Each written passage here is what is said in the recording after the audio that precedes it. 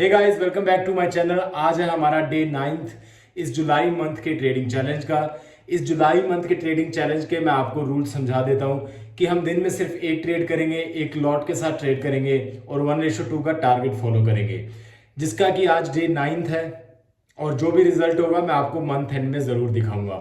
सबसे पहले हम करेंगे मार्केट की एनालिसिस, देन हम करेंगे प्री मार्केट की एनालिसिस। उसके बाद जब मैं ट्रेड एग्जीक्यूट करूंगा वो सब आपके साथ मैं शेयर करूंगा। दोस्तों, मैं डेली पीएनएल, वीकली पीएनएल और मंथली पीएनएल भी आपके साथ शेयर करता रहूंगा। और ये मैं आपको प्रूफ करके दिखाऊंगा कि हम एक लॉट से भी बहुत अच्छा प्रॉफिट कर सकते हैं अगर हम सही प्रोसेस को फॉलो करें। दोस्तों, इस जर्नी के माध्यम से मैं आप लोगों को विश्वास दिलाना चाहता हूं कि ट्रेडिंग में पैसा बनता है और हम एक लॉट से अच्छा खासा पैसा बना सकते हैं अगर हम रूल्स और डिसिप्लिन को फॉलो करें तो चलिए चलते हैं हमारी स्क्रीन के ऊपर, देखते हैं कि आज मार्केट कैसा दिख रहा है। सबसे पहले चलते हैं अपन डेली टाइम फ्रेम में। और दोस्तों, डेली टाइम फ्रेम के हिसाब से मार्केट अभी शॉर्ट टर्म में नेगेटिव में आ चुका है। अगर आप ध्यान से देखोगे यहाँ से ऊपर गया और इसने क्या किया, कल परसों वाले दिन यहाँ से एक एम पैटर्न का फॉर्मेशन कर दिया। और परसों हमसे ये सिर्फ यही गलती होगी कि ये शॉर्ट टर्म में डाउन ट्रेंड में चला गया था और हमने फिर भी वहाँ पे पॉजिटिव साइड का ट्रेड लिया और हमारा एसएल हिट हुआ। अब क्या कर सकते हैं हम? अब ये डेली टाइम फ्रेम के हिसाब से नेगेटिव में चला गया तो हम कोशिश करेंगे, हम पुट साइड का ट्रेड ही एग्जीक्यूट करने का कोशिश करेंगे। और अभी डेली टाइम फ्रेम के हिसाब से मार्केट नेगेटिव है और इसने एक फुल कैंडल क्लोज किया है डाउन साइड में। अब मान लीजिए कि मार्केट थोड़ा सा गैप अप ओपन होता है यहाँ पे इस एरिया में, उस कंडीशन में ये क्या करेगा, थोड़ा नीचे आएगा, कल की क्लोजिंग से सपोर्ट लेने की कोशिश करेगा। उसके बाद में डिसाइड करेगा कि इसको ऊपर जाना है या नीचे जाना है। थोड़ा साइडवेज होने के बाद मोस्ट प्रोबेबली ये नीचे की साइड में ब्रेक डाउन कर देगा। और अगर थोड़ा गैप डाउन ओपन होता है उस कंडीशन में कल की क्लोजिंग से रेजिस्टेंस लेके यहाँ तक के लिए, सपोर्ट के लिए, यहाँ तक के लिए टारगेट हमें दे सकता है। और बाकी जो कि हम 15 मिनट के टाइम फ्रेम में देखेंगे कि सपोर्ट और रेजिस्टेंस कहाँ पे है। तो एज ऑफ नाउ हम कोशिश करेंगे पुट साइड में ही ट्रेड बनाने का। वैसे तो ये सपोर्ट लेवल के पास में ही इसने क्लोज दिया है। ये पिछली बार रेजिस्टेंस का काम कर रहा था, इस बार ये सपोर्ट का काम कर सकता है और इसके पास में ही क्लोज दिया। और अगर गैप अप ओपन होता है तो कल की क्लोजिंग से ये सपोर्ट लेके डायरेक्ट थोड़ा सा ऊपर जाने की कोशिश कर सकता है। उसके बाद में देखना होगा कि वो सक्सेस रहता है या नहीं रहता। अब डेली टाइम फ्रेम के हिसाब से अगर देखेंगे तो मार्केट का जो नेक्स्ट सपोर्ट है, जहाँ से ये डेली टाइम फ्रेम के हिसाब से सपोर्ट लेने की कोशिश कर सकता है, या तो ये वाला एरिया से सपोर्ट लेने का कोशिश कर सकता है मार्केट। यहाँ पे ऊपर नीचे करके यहाँ पे आके उसके बाद में यहाँ से डिसाइड करेगा कि इसको ऊपर निकलना है या इसको नीचे ब्रेक करके डाउन साइड की तरफ जाना है। तो ये एक एरिया है, जो ये वाला एरिया, ये सारा इसके लिए एक सपोर्ट की तरह काम करने वाला है। ठीक है दोस्तों, ये तो हो गया डेली टाइम फ्रेम के हिसाब से मार्केट एनालिसिस। अब हम चलते हैं 15 मिनट के टाइम फ्रेम में और देखते हैं कि मार्केट कैसा दिख रहा है। दोस्तों, 15 मिनट के टाइम फ्रेम के हिसाब से जैसा कि अपन देखेंगे, यहाँ पे इसको मार्केट को यहाँ से एक सपोर्ट दिख रहा है यहाँ से, ठीक है। और ये एरिया इसके लिए रेजिस्टेंस का काम करेगा, ये एरिया भी इसके लिए थोड़ा सा रेजिस्टेंस का काम करेगा। और अगर मान लीजिए कि ये गैप अप ओपन होता है, ठीक है, ये मान लीजिए गैप अप ओपन होता है, तो उस कंडीशन में ये क्या करेगा, थोड़ा सा ये सपोर्ट लेके यहाँ से ऊपर जाने की कोशिश कर सकता है, पर ये प्राइस एक्शन पे डिपेंड करेगा। और ये हो सकता है यहाँ पे थोड़ा रेंज बना के नीचे की साइड में ही ब्रेक कर दे। और अगर मान लीजिए गैप डाउन कहीं ओपन होगा, उस केस में यहाँ से रेजिस्टेंस लेके नीचे आ जाएगा और यहाँ से थोड़ा सपोर्ट ले सकता है, यहाँ पे थोड़ा टाइम स्पेंड कर सकता है। उसके बाद में डिसाइड करेगा कि इसको किधर जाना है। और मान लीजिए कि यहाँ गैप अप ओपन होने के बाद ऊपर जाता है डायरेक्ट, तो यहाँ से रेजिस्टेंस लेके नीचे आने की कोशिश करेगा। अभी मार्केट का ट्रेंड क्या है, डाउन है, तो हम कोशिश करेंगे कि हम पुट साइड का ही ट्रेड बनाएं और रेजिस्टेंस पे ट्रेड बनाएं अपन। ठीक है, तो ये एरिया इसके लिए रेजिस्टेंस का काम करेगा, ये रेजिस्टेंस की तरह काम करेगा। अगर गैप डाउन ओपन होता है तो ये कल का क्लोजिंग भी इसके लिए रेजिस्टेंस का काम करेगा। तो ये सारे पॉइंट हैं, अगर यहाँ पे अपने को मिलता है तो हम ट्रेड एग्जीक्यूट कर सकते हैं। अब हम मिलते हैं दोस्तों प्री मार्केट सेशन के बाद, जब हमें पता चलेगा मार्केट यहाँ पे ओपन हो रहा है, तब मैं आपके साथ मिलता हूँ। अगर हम ओपन हो रहे हैं 25,149 पे, 25,149 यहाँ पे हम ओपन हो रहे हैं। तो उस कंडीशन में क्या करेगा, ये मान लीजिए कि यहाँ से ये थोड़ा सा सपोर्ट लेके ऊपर की साइड में आता है, तो यहाँ से हम पुट साइड का ट्रेड एग्जीक्यूट कर सकते हैं। ये लेवल इसके लिए कि रेजिस्टेंस का काम करेगा, और यहाँ तक के टारगेट के लिए हम वेट कर सकते हैं। 25,000 के लेवल को ये रिस्पेक्ट कर सकता है। और मान लीजिए कि डायरेक्ट ही नीचे आता है, तो उस केस में हम थोड़ा प्राइस एक्शन का वेट करके ही ट्रेड बनाएंगे। ठीक है दोस्तों, अब मैं मिलता हूँ जब मैं ट्रेड एग्जीक्यूट करूँगा तब। तो चलिए दोस्तों, यहाँ पे हम 25,900 के कॉल में एंट्री बनाने जा रहे हैं, और यह हमारी एंट्री हो गई है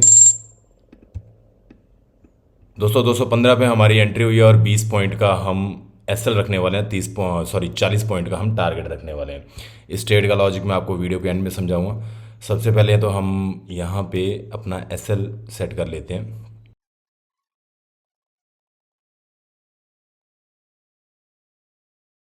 दोस्तों यहाँ पे हमारी एंट्री हो गई है 24,900 के कॉल में, और 215 पे हमारी एंट्री हुई है। 195 का हमारा एसएल है, 255 का हमारा टारगेट है। 1:2 का हम टारगेट फॉलो करने जा रहे हैं, और देखते हैं कि हमारा एसएल हिट करता है या टारगेट। यहाँ पे मैं लॉन्ग मास्क लगा देता हूँ। ये लीजिए, लॉन्ग मास्क मैंने लगा दिया है यहाँ पे। और अब आप इंजॉय कीजिए इस ट्रेड को, और इस ट्रेड का लॉजिक मैं आपको वीडियो के एंड में ज़रूर समझाऊंगा कि ये ट्रेड मैंने यहाँ पे एग्जीक्यूट क्यों किया।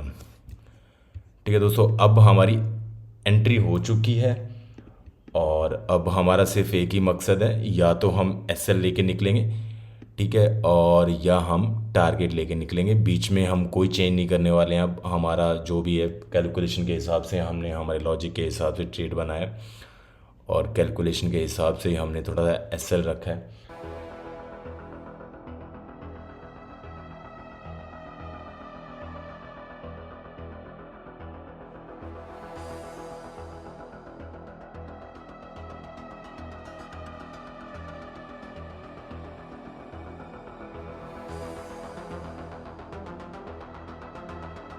तो चलिए दोस्तों, यहाँ पे हमारे इसने टारगेट हिट कर दिया है। सबसे पहले तो हम इसको क्लोज करते हैं। अरे ये क्लोज क्यों नहीं हो रहा भाई, दिक्कत ही है यार। ये